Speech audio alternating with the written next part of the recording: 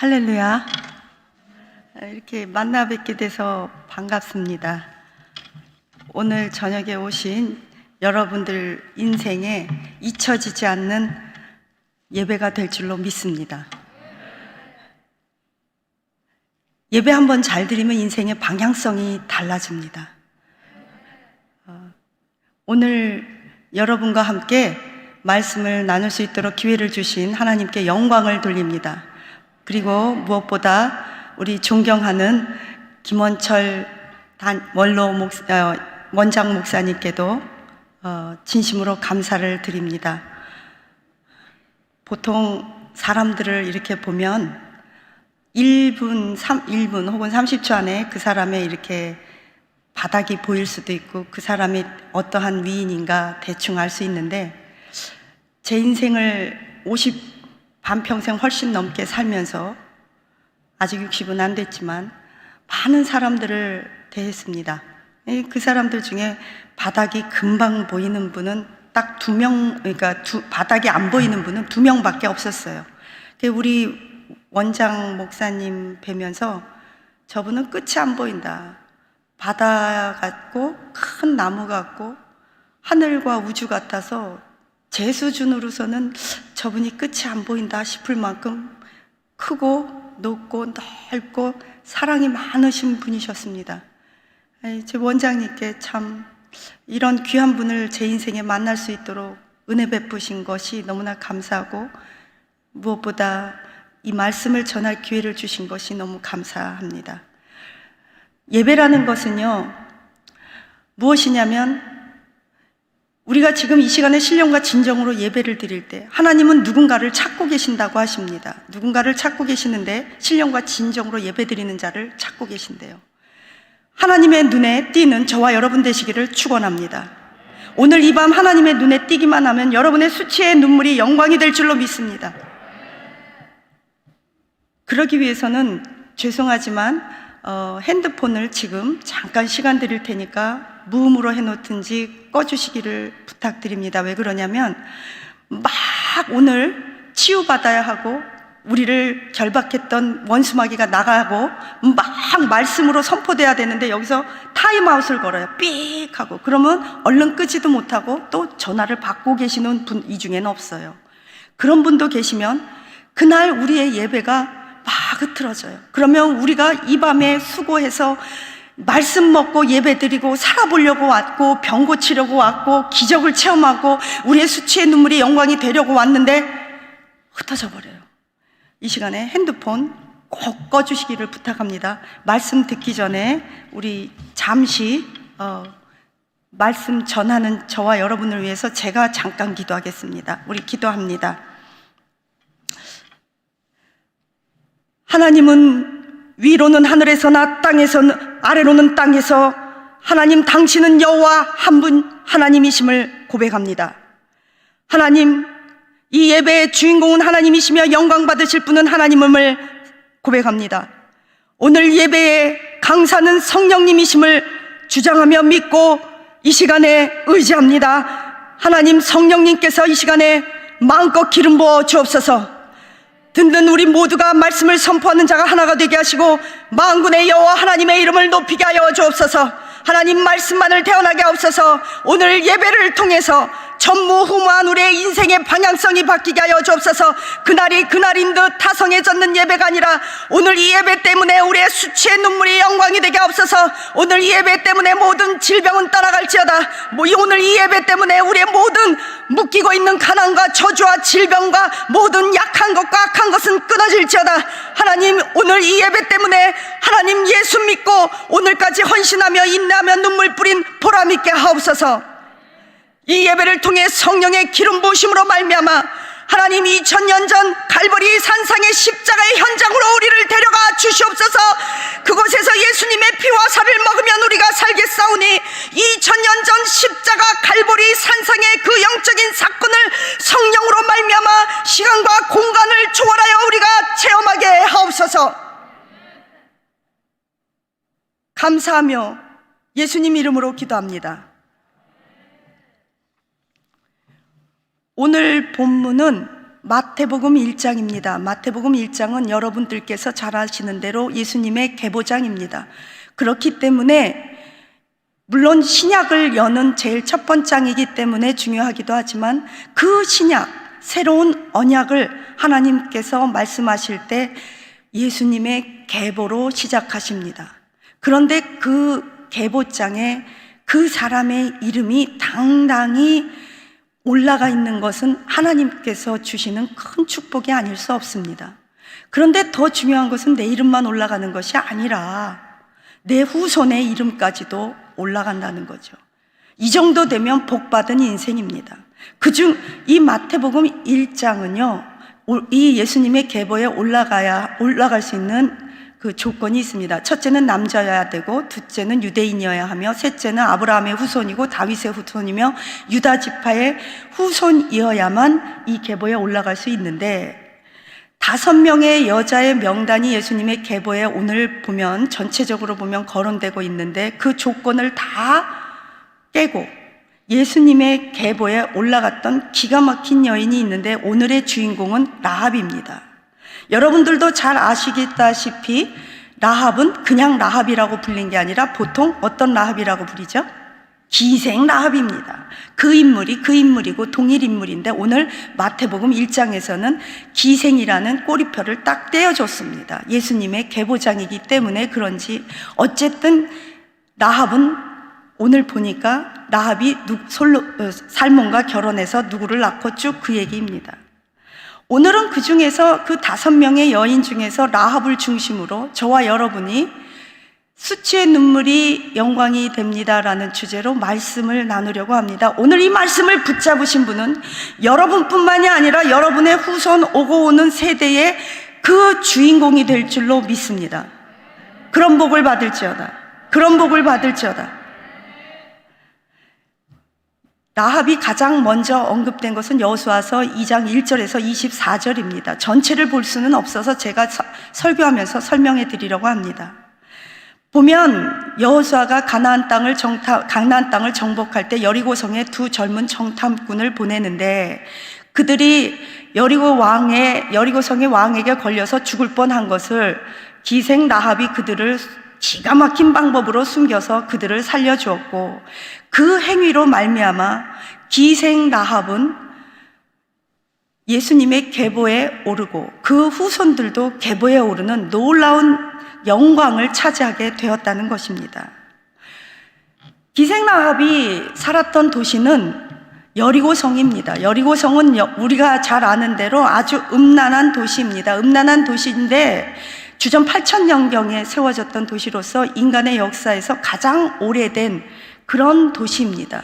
그곳에서 그 성이 가장 음란하다고 말할 수 있는 것은 그들이 섬겼던 신이, 바알 신이 굉장히 음란했어요. 바알과 아세라가 굉장히 음란했습니다. 그들은 바알과 아세라를 섬기면서 그 섬기는 성전에서 그룹 성관계를 통해서 바알과 아세라를 기쁘게 했고, 그것으로 인해서 비가 내려서 농경사회가 이제 풍작을 누리게 된다는 것을 믿었기 때문에 굉장히 음란한 도시였습니다. 그곳에서 그 여리고성에서 누가 살았냐? 오늘 주인공 라합이 살았습니다. 그런데 라합은 음란한 도시에서 사는 것뿐만이 아니라 음란한 도시에 살면서 가장 음란한 직업에 종사하던 여인이었습니다. 그녀의 꼬리표는 뭐라고요? 기생. 막달라 마리아는 언제나 꼬리표가 무엇이었죠? 전에 7 귀신 들렸던 여자. 아주 수치스러운 건데 성경은 집요하게 꼬리표를, 정말 과거를 묻지 마세요. 이런 꼬리표는 좀 안 달아도 좋겠어요 하고 싶은데 그런 꼬리표를 꼭 달아준단 말이죠. 어쨌든 기생 라합은 꼬리표가 구약 2장, 6장, 야고보서, 신약 2장, 히브리서 11장, 믿음의 장에서도 나오는데, 구약과 신약 모두에서 기생 라합은 언제나 꼬리표가 기생. 신약과 구약에 모두 나오는 인물이 기생입니다. 라합입니다. 우리도 알고 있고 앞으로 올 세대가 다 그녀의 직업에 대해서 알게 되어버렸습니다. 그럼에도 불구하고 오늘 이 말씀의 주제의 핵심은 과연 이 죄 많은 음란한 도시에서 죄인이 어떻게 회개했느냐가 아니라 이렇게 오고 오는 세대에서 기생이라는 직업을 가지고 음란한 이 여자가 도대체 무슨 일을 했길래 예수님의 계보에도 올라가고 또 구약에도 올라가고 야고보서 선생님이 그 믿음의 행위를 칭찬할 때도 그녀의 이름을 기생 라합이라고까지 적어가면서도 그녀의 행위가 의롭다 여김을 받았다고도 기록하고 있습니다. 또한 히브리서 11장은 믿음의 장입니다. 그 믿음의 롤모델로서 기생 라합이 언급되고 있다는 것은 이 여자는 보통 여자가 아니에요. 그래서 지금 현대 신학자 유대인 랍비들도 이렇게 말합니다. 과연 그 예수님의 계보에 올라갔던 마리아 빼고 4명의 여자 중에 가장 아름다운 여인, 가장 의미 있고 영적으로 가치 있는 여인으로서 과연 기생 라합은 어떤 인물인가, 도대체 어떤 인물이길래 이렇게 성경이 많이 칭찬하고 기록하고 있는가, 이것입니다. 기생 라합은 어떤 복을 받았습니까? 남은 자의 복을 받았습니다. 이것을 남은 자의 신학이라고 합니다. 성경에서 남은 자라는 것은요, 선택된 자, 구원받은 자입니다. 성경에서요, 남은 자라고 하는 것은요, 재앙의 날에 하나님께서 건져주시고요, 온 세상을 쓸어버리고 심판하는 그날에 날개로 가려주시는 것이 남은 자입니다. 노아 때는 물로 심판했을 때 노아가 살아남았습니다. 모든 히브리 아이들은 죽을 때 모세가 살아남았습니다. 또 소돔과 고모라가 멸망했을 때 아브라함의 조카 롯이 살아남았습니다.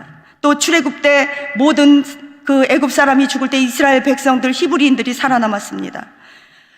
아브라함은요, 갈대와 우르에서 하나님께서 불러냈습니다. 갈대와 우르는 어느 곳입니까? 인간이 하나님과 같이 되고자 바벨탑을 쌓았던 바로 그곳, 인간이 언어가 흩어지고 우리 민족이 흩어졌던 바로 그곳에서 하나님은 한 사람 아브라함을 불러내셔서 믿음의 조상으로 삼으신 것입니다. 남은 자의 신학이라는 건 무엇이냐면요, 남들은 다 망해도 그 사람은 망하지 않는 거예요. 남들은 다 홍수처럼 쓸려나가도 그 사람은 구원받는 것입니다. 남들은 다 지옥 가도 그 사람은 구원받아 천국 가는 것입니다. 이 정도 복음 받으면 기생 라합의 그 가문이 된다는 것은 이 정도의 복입니다. 저와 여러분이 오늘 이 시간에, 오늘 주무시지도 않고 이 밤에 여기까지 이 산성에 여러분 나오셨습니다. 왜 나오셨어요? 시간이 많아서요? 너무나 건강하고 아픈 데가 없어서요? 돈이 남아 돌아서요? 할 일이 없으니까? 잠이 안 오니까 오셨겠습니까? 그럴 일은 없습니다. 뭔가 마음에 갈증이 있고, 나 이렇게 안 살고 싶고, 남은 인생 뭔가 가치 있고 의미 있게 살고 싶고, 나 예수님 없으면 못 살 것 같고, 나 그냥 뭔가 나도 하나님 만나고 싶어서 이 선상에 이 시간에 오신 거 아니시겠습니까? 우리 그러신 분, 나 오늘 밤에 치료함 받고 싶습니다, 나 이 병 치료받고 싶습니다 하시는 분은 두 손 들고 한번 큰 소리로 아멘 하십시다. 두 손 들고 아멘. 예수님의 이름으로 치료받을지어다. 아멘. 우리 아멘이 저보다 간절하지 않은 것 같아요. 저는 오늘 치료받고 싶습니다. 백신 부작용으로부터 치료받고 싶습니다. 코로나 후유증으로부터 치료받고 싶습니다. 지질이 내려오는 것으로 치료받고 싶습니다. 내 머리가 천재가 되고 싶습니다. 나는 수치가 영광이 되고 싶습니다. 나의 모든 과거에 다 감추고 싶은 것들이 나의 영광으로 되고 싶습니다. 아멘. 그러시는 분 두 손 들고 아멘. 예배 한 번 잘 드린다는 것은 그것입니다. 하나님이여, 우리가 왜 신령과 진정으로 예배 드리는 자를 왜 찾고 계시느냐? 기생 라합의 복을 주시기 위해서요. 왜냐? 우리가 오늘 와서 예배 드렸어요. 그냥 기생 라합의 얘기를 들었어요. 그러나 하나님, 내가 믿습니다. 나도 뭔가 나는 기생 라합처럼, 나는 기생은 안 했지만, 말이 좋아 기생이죠. 원어에 보면 매춘이에요. 매춘과 기생은 급이 다르대요. 룸사롱 언니가 얘기해 줬어요. 나는 비록 그거는 아니지만 그 여자 이상으로 말할 수도 없어요. 자식 얘기, 남편 얘기 누가 알까봐 나는 질병이 있어요. 목말라요. 그러시는 분, 우리 그래서 오지 않았나요? 저 그래요. 저 이렇게 살 수 없어서 기생 라합 이 스토리를 너무나 좋아해요.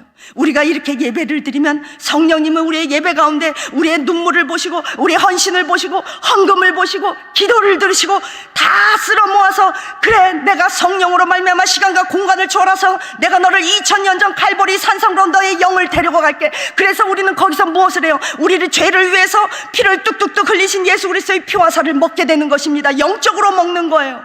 그러면 우리는 병이 났습니다. 그러면 우리는 어쩌면 환상을 보고 어쩌면 내 자녀는 지금 망해갈지 모르지만 하나님은 그의 마음을 일으켜 세우시면 미래를 보게 하시고 꿈을 꾸게 하신다는 것입니다. 자녀들 포기하지 마세요. 저는 너무나 많은 간증이 있습니다. 지금 이곳에서도 제가 입양한 내 딸이 있습니다. 내 딸이 이 설교를 듣고 있어요. 우리 딸은 엄마 젖 한 번을 먹지 못하고 엄마가 유방암으로 낳자마자 얼마 되지 않았을 때 그 젖가슴에서 피고름이 나서 젖 한 번 못 먹고 자란 아이인데 멋지게 컸습니다. 더 멋지게 크기 위해서 이 밤에 왔습니다. 저와 제 입양한 우리 모녀가 제 딸이 간증입니다. 기생 라합의 가문이 우리의 가문이 되기를 축원합니다. 기생 라합은요, 후손 자기만 잘 산 게 아니에요. 후손이 복을 받았습니다. 그 후손이 어떤 복을 받았냐? 학자가 나왔어요. 여선지자 훌다가 라합의 후손입니다. 예레미야 선지자 잘 아시죠? 라합의 후손입니다. 그리고 좀 더 엄밀히 말하면 마태복음 1장 이 라합 이후에 나오는 모든 다윗 왕의 스토리, 보아스의 스토리, 룻의 스토리, 이 모두가 다 기생 라합의 자녀들의 이야기가 된 줄로 믿습니다. 그렇다면 우리도 기생 라합처럼 한번 잘 믿어보자고요. 한번 잘 예배 드려보자고요. 한번 다 하나님 앞에 온몸을 던지고 생명을 던져서 예수님을 붙잡아 볼 만한 가치가 있다는 것입니다. 인생은 머리로 사는 게 아니에요. 신앙은 머리로 살지 않아요. 하나님과 우리의 사랑은 마음으로 사랑을 나누는 거예요. 신앙은요, 마음으로 하는 거지 머리로 하는 게 아니에요. 책으로 하는 거, 배워서 하는 거 아니에요. 내가 예수님을 사랑했고, 내가 예수님의 말씀을 믿었고, 내가 성경을 받아들였고, 그래서 내가 할 수 있는 전부를 했습니다. 언약을 드립니다. 언약을 주십시오. 언약 받아내는 거예요. 오늘 기생 라합도 그랬어요. 여호수아서 2장에 보면 기생 라합은요, 내가 당신들을 선대하였은즉 내가 당신도 나와 내 아버지 집을 선대하며 증표를 내라 그래요. 어떻게? 나를 살려주세요. 우리 아버지와 내 부모 형제를 살려주세요. 그들에게 속한 자녀들을 살려주세요. 한 사람이 예수님을 잘 믿겠다고 결단하는 것은 보통 일이 아니에요. 저희 할머니가요, 학교도 못 다니셨어요. 100살이 넘으셨는데 전쟁 때 보나리, 그 개나리 보따리 지고 월남하셨어요. 100세가 넘으셨어요. 여전도의 회장을 15년간 하셨어요. 삼촌, 또 다른 삼촌들, 자녀들, 손주, 손녀들 25명을 주의 종으로 키우셨어요. 배운 게 없어요. 배운 게. 큰 교회 담임 목사님이 저희 외삼촌이 돼요. 저희 어머니 초등학교 2학년 나왔어요. 한글 간신히 깨우쳤는데 평생 읽은 책은 딱 한 권밖에 없어요. 뭐겠어요? 성경이에요. 저희 언니도 목사 사모고 전도사고 형부도 목사고 제 남동생 변호사로 키웠어요. 저희 어머니는, 저는 돈이 없어서 검정고시 공부했어요. 중학교, 고등학교. 저희 어머니는 초등학교 육성회비도 제대로 내준 적이 없어요. 저는 뭘 그렇게 잘해본 적도 없어요. 내놓을 것도 없어요. 저는 그래서 기생 라합의 이야기를 들으면 눈물이 펑펑 나요. 하나님, 우리 집 뭐 내놓을 거 없어요. 뭐 이 정도면 뭐 콩가루 집안을 넘어서 뭐 배지밀 집안이라고 아이들이 그러더라고요.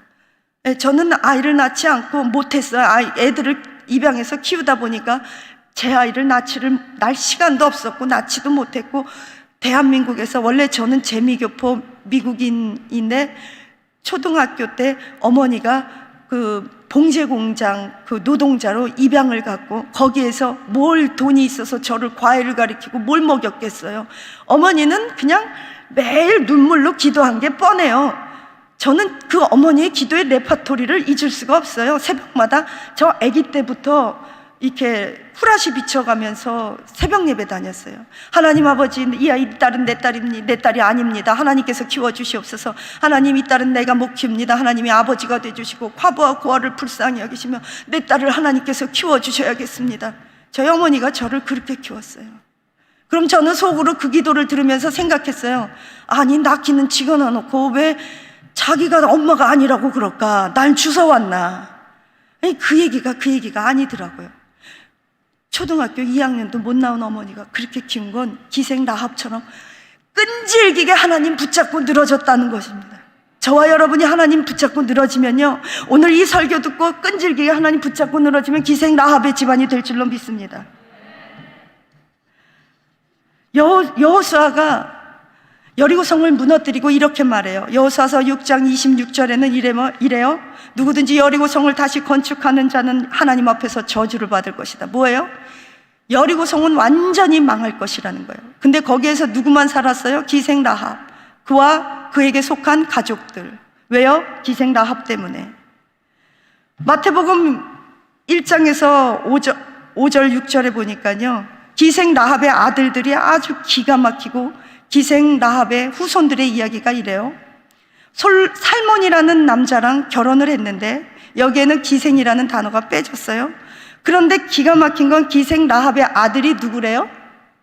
보아스래요. 여러분, 보아스 그러면 교회를 어느 정도 다니신 분들은 보아스가 누군지 아실 거예요. 인애와 자비가 많고 유력한 자고 그 성에서 경제적으로도 인격적으로 신앙적으로 아주 괜찮은 남자가 누구의 아들이었어요? 기생 라합의 아들이었어요. 아니, 매춘을 하고 먹고 살기 위해 부모를 생각해 보세요. 라합이 하고 싶었겠습니까? 라합이요, 정탐꾼들에게 나뿐 아니라 우리 아버지, 우리 부모와 형제, 남녀 형제 자매들 생명을 살려달라고 말한 것 보면 기생 라합은 어쩌면요, 먹고 살기 위해서 부모를 봉양하고 내 형제들을 먹여 살리기 위해서 몸을 내던져야만 했던 여자일 거예요. 그런데 그런 매춘, 기생을 했던 여자가 어떻게 보아스와 같은 정말 좋은 멋진 아들을 가질 수 있겠냐 이 말이에요. 그런데 더 기가 막힌 건 사사기에 보면 룻기서가 나와요. 룻기서의 주인공은 룻이에요. 룻이 주인공이라는 얘기예요. 그런데 룻이 오늘 보니까 원래 룻기서에는 누구의 며느리죠? 나오미의 며느리예요. 그런데 마태복음 1장에서는 엎어버렸어요. 어떻게요? 기생 라합의 며느리로 이렇게 바꿔진 거예요. 기생 나오미는요, 신앙 공동체를 떠나서 잘 살기 위해 이방 땅에 갔다가 아들 잃고 남편 잃고 쫄딱 망해서 다시 이스라엘 신앙 공동체로 들어온 여자. 그런데 기생 라합은요, 망할 수밖에 없고 음란한 도시에서 음란한 짓을 하면서 음란하게 살고 가족들 먹여 살리기 위해서 몸을 던졌던 그 여자가 다시 거기에서 하나님 붙잡고 하나님의 사람 정탐꾼을 생명 걸고 숨겨줘서 신앙 공동체로 들어와서 기가 막힌 보아스 아들을 낳고 보아스 아들만 낳을 뿐 아니라 기가 막힌 자부 며느리 룻을 자기 며느리로 여기에 끼워 넣어버리는 신앙의 영적인 역사가 일어났다 이 말입니다. 여러분의 자부들 며느리 룻과 같은 며느리가 들어오는 저와 여러분 되시기를 축원합니다. 그래요? 그럼 기생 라합처럼 하나님을 사랑하셔야 해요. 하나님 사랑하는 건 가치 있는 일입니다. 그런데요, 사람이요, 오래 살면서요, 죄송해요, 바람이 어딘가에서 많이 나와서 제 목이 말라서 그래요. 사람이 죽을 곳에서 오래 살면서요, 뻗짓하고 그러면 차라리 일찍 죽는 게 나을 때가 있어요. 그게 무슨 말이냐면 히스기야 왕 보세요. 죽을 병 걸렸어요. 벽을 향해 기도했어요. 이사야 선지자가 와서 너 15년 더 살아 그랬어요. 그랬더니 그 15년 재위 기간 동안에 무슨 일을 했어요? 하나님을 위해서 업적을 남겼나요? 아니요. 므낫세라는 가장 이스라엘의 사악한 왕을 그때 낳았어요. 15년 더 연장해서 살았을 때 아주 사악한 왕을 낳아서 므낫세 때문에 이스라엘이 온 도탄에 빠지고 우상숭배의 최고 극치에 달았어요. 그 다음에 또 뭐를 했나요? 바벨론 사신이 왔을 때 우쭐대고 뽐냈어요. 성전의 기물들을 다 바벨론 사신에게 보여줬어요. 그 일로 말미암아 이사야는 대노하면서 이렇게 말해요. 당신이 이 일로 말미암아 우리들의 후손들이 이제는 바벨론의 포로로 끌려가게 되었습니다라고 말하면 정상적이고 신앙인 같았으면, 저 같았으면 납작 무릎 꿇고 하나님 살려주세요. 우리 후손들이 그렇게 바벨론 포로로 끌려가면 안 돼요. 이건 내 실수예요. 나를 용서해 주시고 우리 후손들 살려주세요 라고 기도하는 게 정상인데 히스기야 왕은 뭐라 그래요? 괜찮습니다. 내 때가 그 아니면 괜찮습니다. 그런 험악한 일, 포로로 끌려가는 일이 내 후손 때 일어나면 나하고 무슨 상관입니까? 므낫세가 그 소리를 듣고 자랐어요. 아무리 사람이요 죽을 병에서 건짐받고 고침받고 죽을 곳에서 그 사람만 남은 자가 되고 그런다 할지라도 그 남은 인생이요, 하나님 앞에 복되고 영광스럽지 않으면 차라리 그때 죽는 게 훨씬 나을 수도 있다는 얘기예요. 저와 여러분이 첫째는 살아남아야 합니다. 영적으로 살아남으시기를 축원합니다. 어머니들이 이렇게 말해요. 조금 신앙을 가진 권사님들은 저를 찾아와서, 할머니 권사님들이 이렇게 말해요. 새벽 예배 끝나면 우리 자녀들이 새벽 예배 안 나와요. 철에 안 나와요. 돈 버느라 바쁘고, 학생 때는 공부하느라 바쁘고, 대학 가느라 바쁘고, 연애하느라 바쁘고, 학교 회사 일로 바쁘고, 승진하느라 바쁘고, 새벽 예배 안 나와요. 다 내 잘못이에요. 어쩜 좋아요. 이제 곧 하나님, 우리 아이들이 우리의 신앙을 못 이어받았고 못 계승받았어요. 기도도 옛날처럼 산기도도 못하고 기도원 가자 그러면 엄마 미쳤다 그래요. 어떻게 하면 좋아요? 우리 아이들 어떻게 하면 좋아요? 발을 다 동동 굴러요. 저는 그럴 때 이렇게 말해요. 권사님만 예수 잘 믿으세요. 기도해 놓으세요. 하나님이 그 기도를 한나처럼, 한나는 그냥 아들 하나만 달라고 기도했지만 하나님은 그 아들 하나만 달라는 한나의 그 원통함, 그 수치의 눈물을 하나님의 커다란 역사의 밭에 심으셨습니다. 그리고 사무엘을 등장시켜서 사사시대를 마무리 짓고 왕정시대를 열고 시대를 바꾸면서 이스라엘 민족의 지도자로 삼으셨다는 거예요. 여러분은 그냥 몸 때문에 하나님 돈 주세요, 몸 아파요, 우리 아들 속색여요, 이런저런 육신의 문제, 여러분의 우리 수준만큼 기도해요. 그렇죠. 뭐 우리가 뭘 많이 알겠어요. 우리는 우리 아는 만큼 기도해요. 우리 수준만큼 기도해요. 우리의 문제 때문에 오산리 기도원에 이 시간이 무슨 시간이에요? 텔레비 볼 시간, 유튜브 볼 시간, 잠잘 시간, 편안하게 둥글릴 시간, 이렇게 굴르면서 엑스레이 한번 찍고, 이렇게 굴르면서 엑스레이 한번 찍고, 둥글릴 시간, 게으를 시간에 여러분은 도대체 무슨 훈련을 받았고 어떤 하나님을 만났기에 저렇게 애들까지 쳐들려 업고 이렇게 오시냔 말이에요. 기생 라합의 집이 될지어다. 하나님의 영광이 임할지어다. 선지자가 나오고 학자가 나올지어다. 훌다와 같은 학자가 나오기를 축원합니다. 예레미야와 같은 선지자가 나오기를 축원합니다. 다윗과 같은 왕이 나오기를 축원합니다. 예수님의 재림을 준비하는 하나님의 두 증인의 역할을 감당할 사람들이 나오기를 축원합니다. 계시록에는 어떤 사람들이 살아남느냐? 예수님의 말씀을 듣고 예수님의 재림을 준비하며 하나님의 말씀을 지키기 위해서 몸부림치는 자들이 오히려 살아남습니다. 하나님께서 화의 날에 날개로 가리십니다. 여러분의 자녀가 이 험한 세상에서 어떻게 신앙을 지킬까 걱정하세요? 걱정하지 마세요. 하나님께 맡기세요. 여러분이 하나님께 기도하고 할 수 있는 전부를 하고 한 번에 예배를 드려도 정신 똑바로 차리고 예배를 드리고, 나 이렇게 살 수 없다, 나도 뭔가 결단을 해야 한다, 이래 주구나 저래 주구나, 2판 4판 누구 말대로 공사판, 막판, 해장판, 육회 공붕판, 뭐 더 망할 데도 없고 코너에 몰렸어요. 바로 그때가 하나님의 언약을 받을 때이고 하나님의 언약을 성취할 때며 축복의 도구가 될 줄로 믿습니다. 여러분이 망한 그 자리에 십자가만 꽂아진다면 승리의 깃발이 될 줄로 믿습니다. 할렐루야. 승리의 깃발을 꽂는 저와 여러분이 되시기를 축원합니다. 기생 라합처럼 예수님의 재림을 준비하는 자에게는 의의 면류관이 준비되어 있습니다. 우리는 제2의 영적인 기생 라합과 라합의 후손이 되어야 합니다. 마태복음 1장 1절이 그것을 말하고 있습니다. 구약과 신약은 400년의 긴 공백 기간이 있었습니다. 긴 400년을 깨고 예수 하나님께서 인간의 역사에 불쑥 들어와서 하시는 말씀, 처음 말씀이 마태복음 1장 1절이 무엇이죠? 아브라함과 다윗과 예수 그리스도의 복음의 계보라. 하나님은요 400년의 공백을 깨고 첫 새로운 언약, 성경은 구약 예전의 언약, 신약 새로운 언약입니다. 구약의 역사를 마무리 짓고 400년을 공백 기간을 갖고 신약 새로운 역사를 시작하면서 하나님은 인간에게 첫마디를 툭 던졌습니다. 아브라함의 복, 다윗의 복, 그것을 예수를 믿는 너희 모든 이방인들, 너희들에게 내가 허락하노라. 이것이 신약이다. 이것이 신약의 첫 출발입니다. 그리고 그 복을 다말이 받았어요. 유다와 다말, 시아버지에게 창기 노릇을 했던 여자 다말, 수치스러운 일입니다. 그런데 그 창기 노릇을 한 것, 창기인 척한 것, 그것뿐만이 아니라 진짜 창기요 매춘이었던 라합이 이 계보에 쑥 들어와 있습니다. 그렇다면 예수 그리스도 이름 안에서 예수님을 믿는 저와 여러분이 아브라함의 복을 받고 다윗의 복을 받고 기생 라합이 받았던 복을 받고 다말이 받았던 복을 받고 우리아의 아내 밧세바가 받았던 그 복을, 수치의 눈물이 영광이 되는 복을 받아 누리시기를 예수님의 이름으로 축복합니다.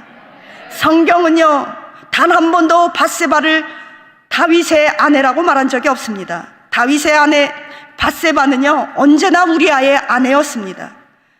밧세바는요, 원래가 우리아의 아내였고 다윗이 공권력을 이용해서 성추행을 했고 그것 때문에 첫 아들을 잃었고 남편이 살해당했습니다. 이것처럼 수치스러운 일이 어디 있겠어요?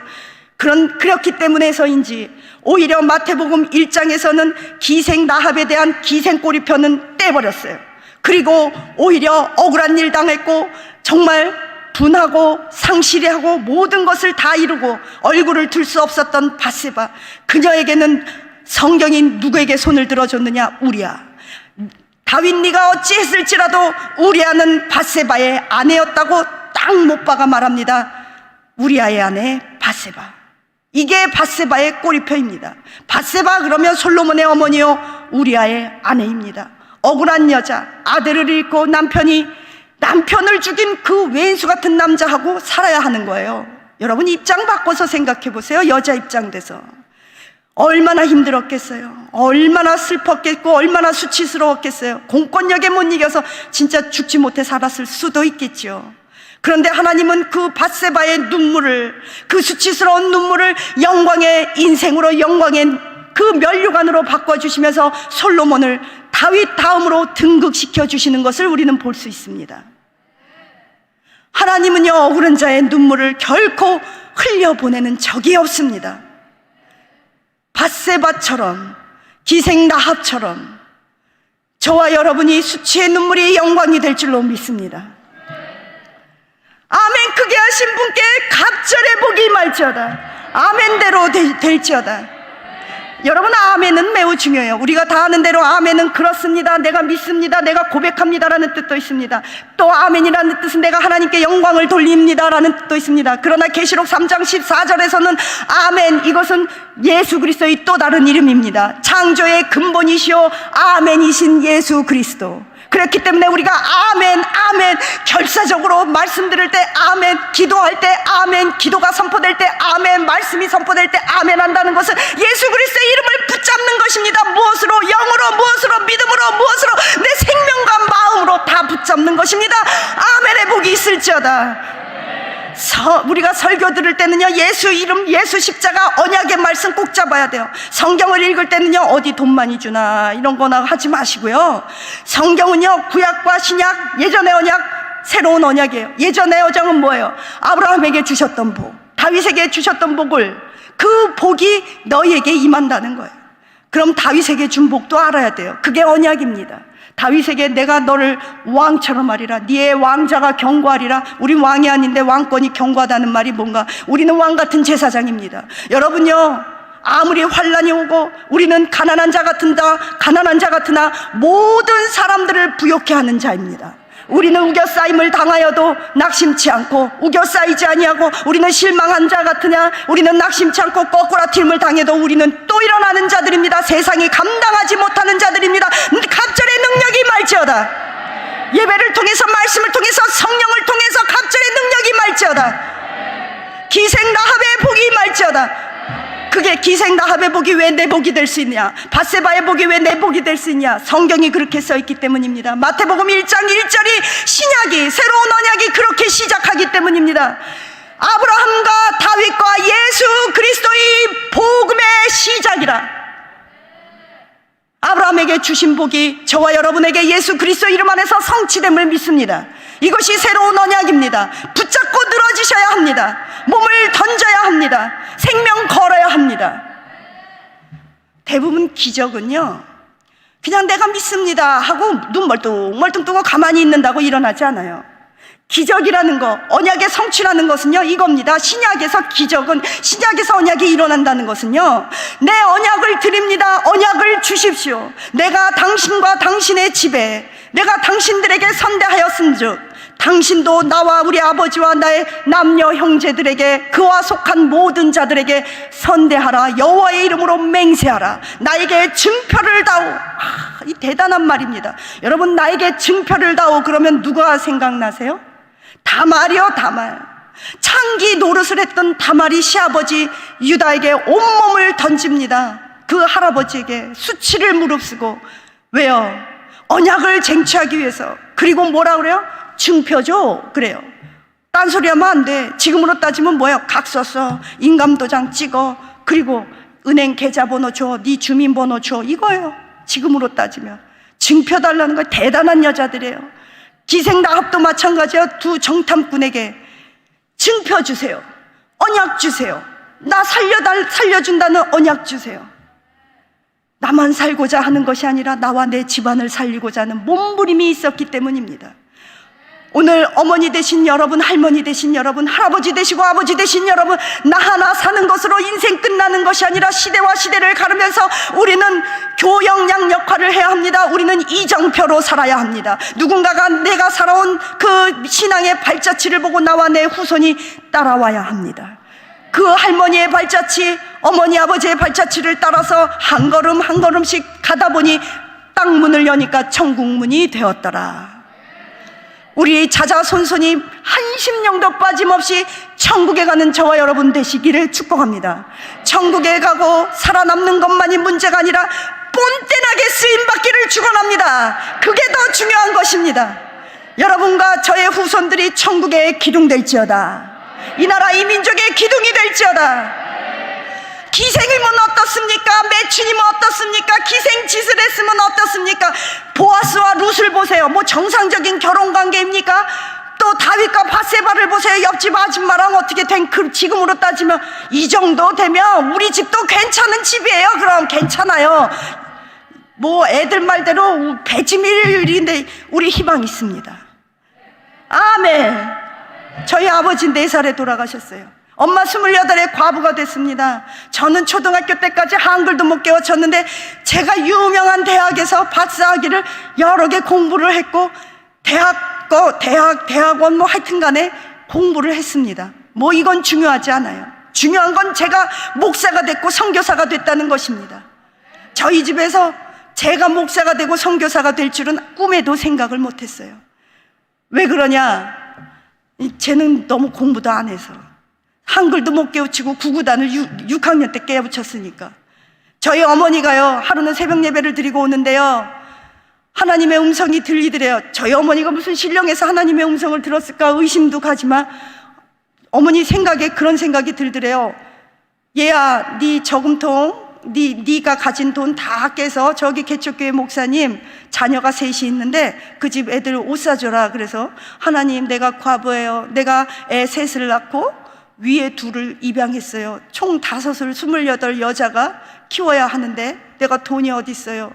너 네 딸 중학교 가려고 공과금 모아는 거, 입학금 모아는 거 내 다 알아. 그거 깨서 바쳐. 저 목사님네 애들 3명 옷 사줘. 그러더래요. 저희 어머니가 해라 못해요. 일주일을 고민하고 울면서 그 저금통을 깼더니 10만 원 돈 되더래요. 그 당시에 30몇 년 전, 40여 년 전에, 40년도 넘었죠. 그래서 그거를 깨서 애들 옷을 사줬대요.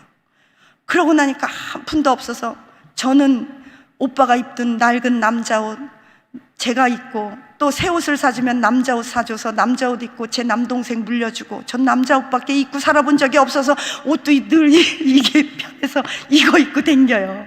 어쨌든 그렇게 자랐는데 어머니 막 우셨어요. 줘라 못 줘요.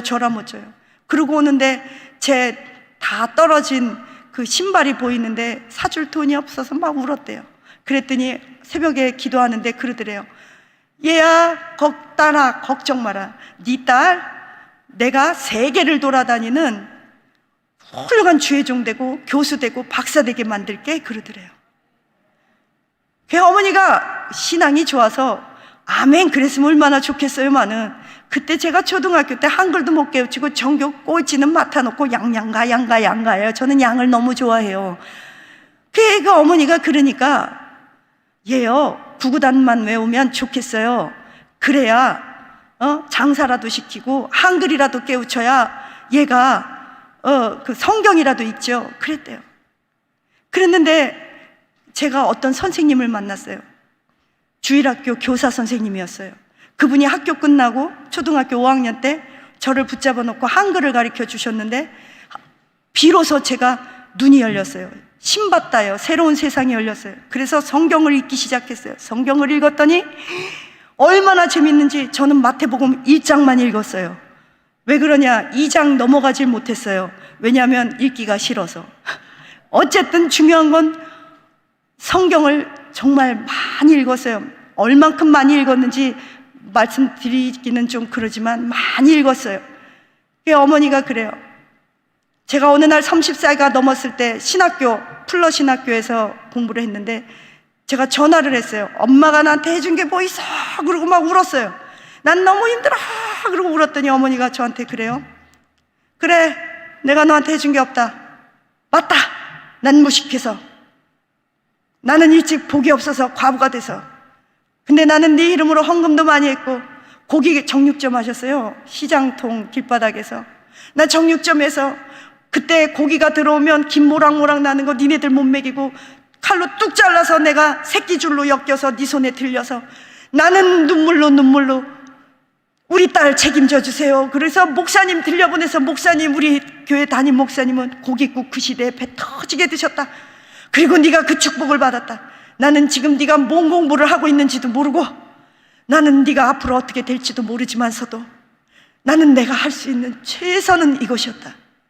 네가 지금까지 대학교에서 장학금으로 공부하고 수많은 교수들이 너를 가르치고 네가 저 진짜로 공부를 엄청나게 잘했어요. 제가 한 게 아니에요. 갑자기 어느 날 머리가 천재가 된 것 같아요.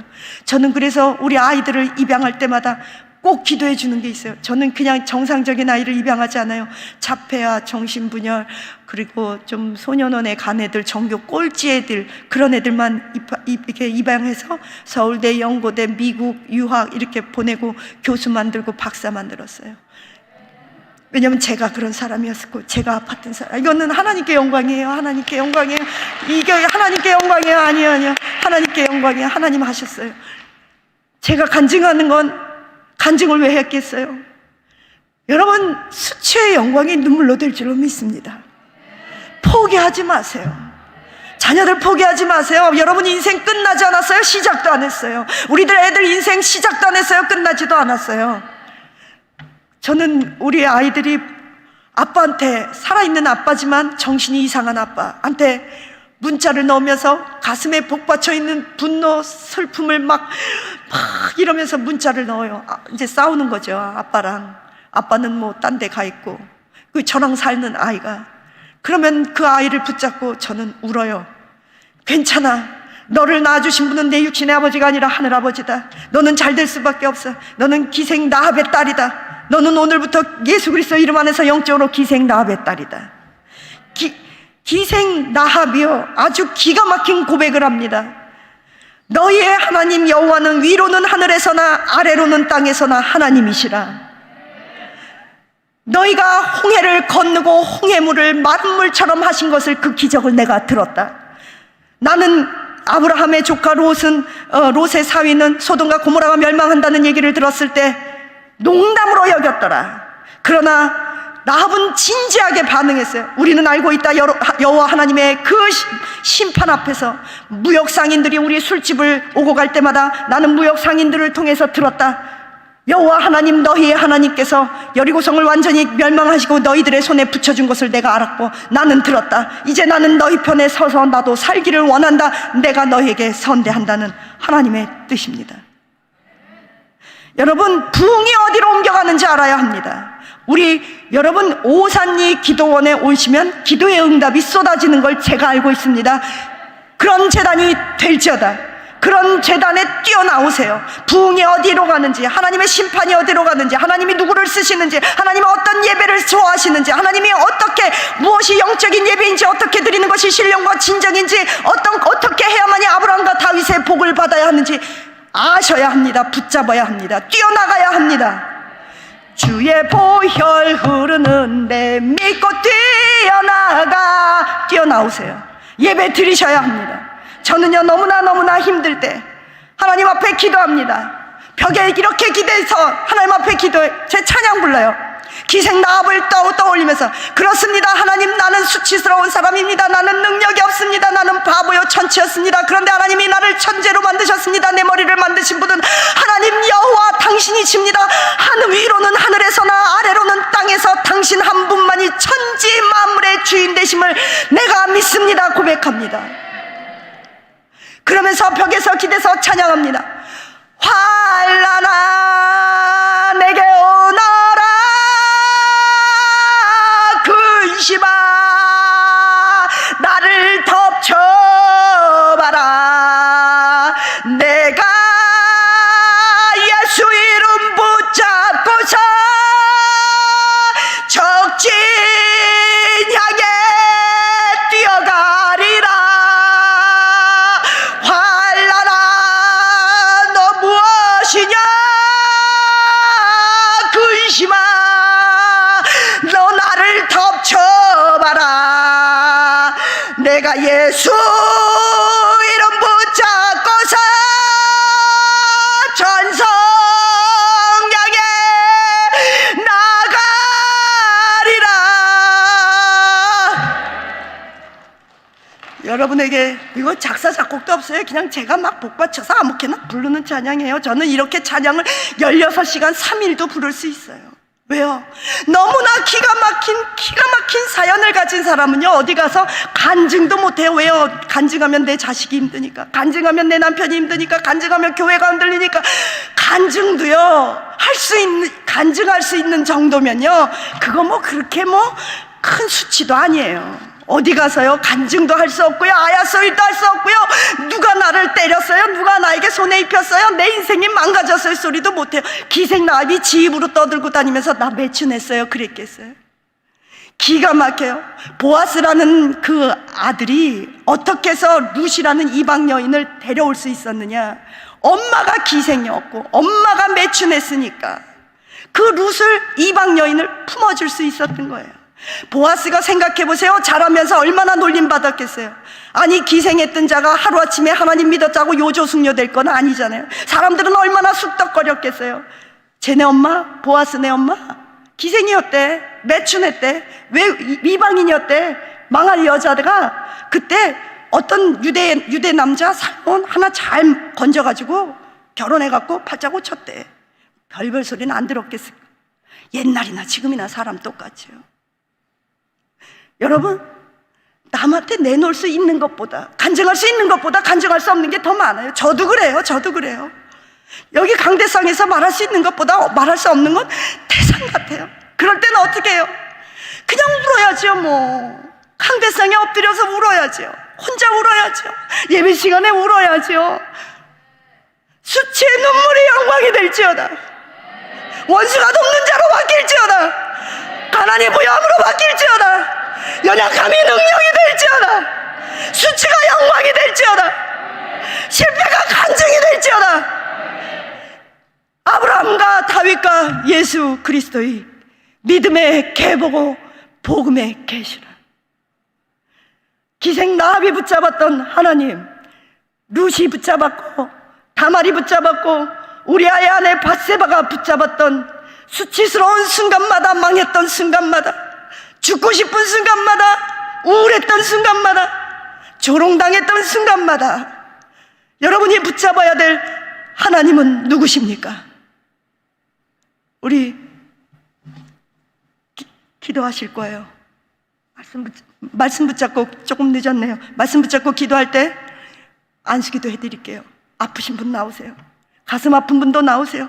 정신병도, 특히 정신적인 거 다 나오세요. 가난, 여러분이 믿음을 갖고 어떻게 나오냐면, 자녀분들 계시는 분들이 여기 없잖아요.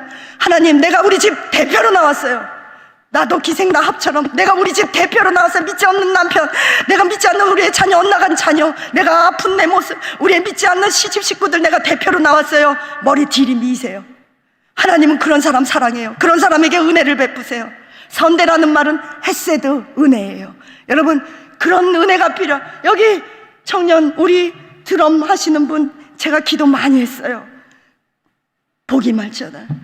이 시간에 저 젊은 양반이 이거 아까 저기서 찬양하시는 분이 이러고 찬양하더라. 예수 예수 믿는 것은 갑절의 복이 받기를 축원합니다.